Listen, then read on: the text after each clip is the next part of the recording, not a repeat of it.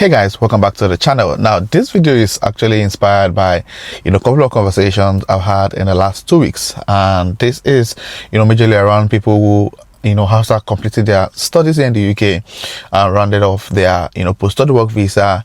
They couldn't get the right to work and live in the UK anymore after their current visa expired. And I mean, just in the last 2 weeks alone, I've had or spoken with about 4 different people who will be returning back to their home country upon completion of their post-study work visa. And majority of them had different errors or mistakes they made that I've seen so many immigrants make. And when we come on this channel to talk about some things, people tell us, oh, you guys are saying same thing over and over again. You guys are you guys are the problem of this of immigrants in this country. And the truth is that there's so many information. I mean, one of them, the major reason why this person will be leaving the UK was because of an issue that I talk about on this channel like multiple times.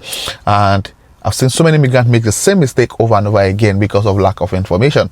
So that's why in this video I'm going to talk about many immigration mistakes immigrants are making, especially for those who are currently on the student visa, also those on the post-study visa. Many of these mistakes will cost you from being able to stay back in the country when those visas expires.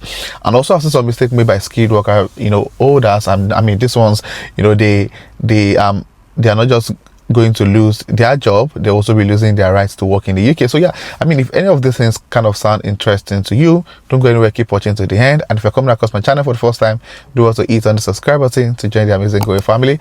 And my returning subscribers, thank you guys for being here. I really do appreciate you guys. So without further ado, let's get right into the video. So one of the immigrants I spoke with a couple of weeks ago about what to do because our visa was going to expire in the next 1 month, and she doesn't have any hope or option of getting a visa sponsorship job. And one of the mistakes she made was the fact that she believed she would be able to get a job on the program she studied.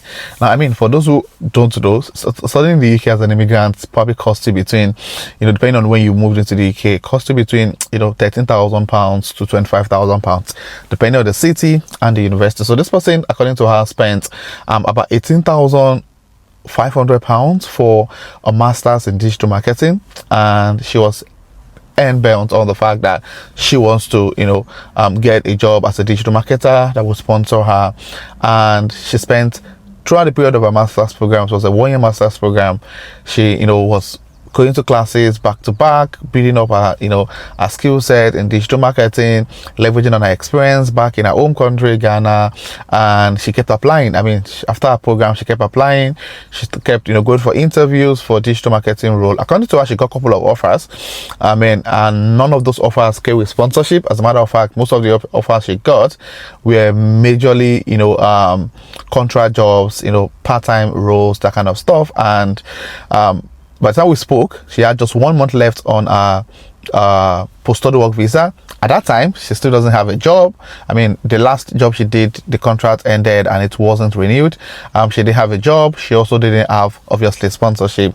And she had just 1 month left before her post-study work visa expires. Now, this is one of the mistakes I've seen immigrants make, thinking that they must get a job in the profession they studied. Now, that's not true. I mean, I did a master's in business administration and digital marketing analytics, and I never got a job. I mean, I got a job. I got like 2 jobs in digital marketing, but none of them came with sponsorship.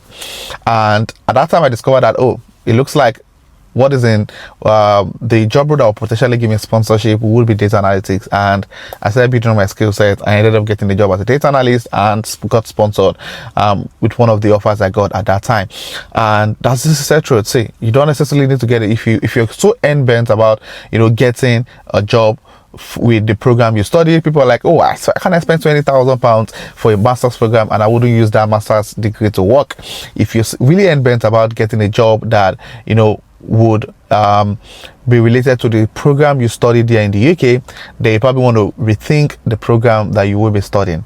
So if you're not studying anything like nursing, medicine and surgery, you're not doing anything like social work, you're not doing any program that has to do with any of the profession that is in demand in the UK, there's 99.9% chances that you're going to end up working in a role that has nothing to do with the program you studied.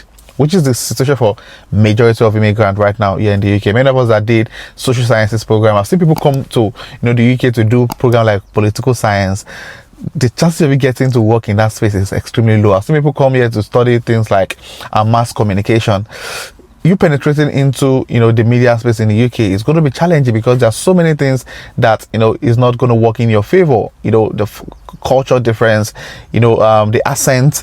I mean, there's so many things. Even children that actually born in the UK that has the accent here, they still struggle to get into the media space. So what chances do you think you would get with the limited time you've got to get into? Now, this is me not saying that people are not getting into the media space, but I mean, it's like 1%, if not less. Do you hear what I mean? So it's important to make sure that if you want to get a job in the program you study the right program. But if you're doing any program that has to do with social sciences, I mean any of those other programs, MBA, international business, there's high chances that you're not going to work with that particular degree. And the cool thing is that even most of the employers and organizations in the UK right now, they really don't care about what you studied. I've never used my MBA for any reason since I came into this country. Most of the jobs I got doesn't even require or doesn't even need my MBA in the first place. So just make sure that if you really want to do this, study a program that had to do with social work, nursing, then you'll be able to use a degree to work eventually. Now, and that program has another mistake I've seen so many immigrants make, especially for those who come in here to study on post-study work visa, is spending the period on post-study work visa focusing on making money. Yeah, it's cool. I mean, every one of us want to make money. We want to get ROI, return on investments that we've made into this country, coming here to study and all of those interesting stuff. And it's also important for you to know that while you're trying to make money, also have the end goal in mind. Now, if your goal is to make enough money and then leave upon completion of your current visa, thumbs up, that makes absolute sense. However, if you're trying to make a whole lot of money and you're still planning to stay back in the UK, then you need to create a balance, to be honest. I mean, all of us worked a whole lot while on post-study work visa, trying to make enough money to cover the cost we had incurred in the past. But while doing that, always make sure that you're creating enough time to either upskill, learn a new skill, try to go for interviews. I've had a situation whereby someone had an interview, which is, I mean, this is not I was told, this was someone I know personally. She had an interview and the interview fell on the day she had a long day shift, and according to her, she couldn't cancel because she had taken a whole lot of sick leave in the last couple of months and they wouldn't give her that day off, and she went for the job and then go for the interview. And that particular job role was coming with sponsorship. So assuming she had gone for the interview and passed, there's possibility that she was going to get a job and get sponsored and eventually leave the long hours care job she was doing. And on the flip side, I also know someone who she had she wasn't working long hour shift. I mean, she works in customer as a customer service advisor, and she had an interview for a particular role, which, I mean, she was scared. I mean, I remember her calling me that day that, Dan, are you sure I should go for this interview? My manager is not going to be happy with me, not coming to work again today, yada yada, because of the number of interviews she had gone in the past. And I advised her to take the risk because it's a job that will potentially give her some level of comfort.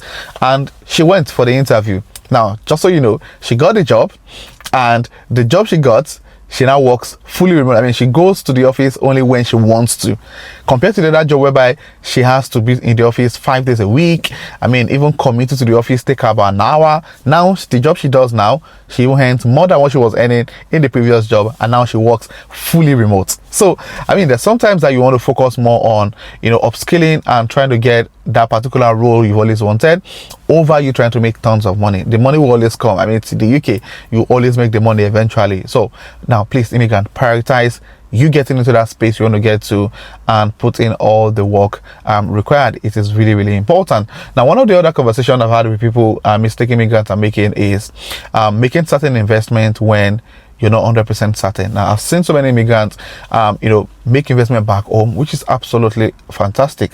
However, when you're making that investment back home, are you looking at a long-term plan? Do you have plans of going back to the to your own country, maybe after you've gotten your indefinite leave to remain, or after you've gotten your British citizenship? Are you planning to go back home? Now, if you're making that decision, also remember, if you've got family, would that impact the life of your children and your kids, basically? So there's so many things that you have to put into consideration when you're choosing to make investments. If you're making investment here in the UK, you want to buy a house, you want to buy an investment property, do you have plan of staying back in the country after you get your British passport? There's so many things you have to put into consideration, and all you need to do basically is to ask questions. Now, before I do anything, I make sure that I speak with people who have done that thing I'm trying to do.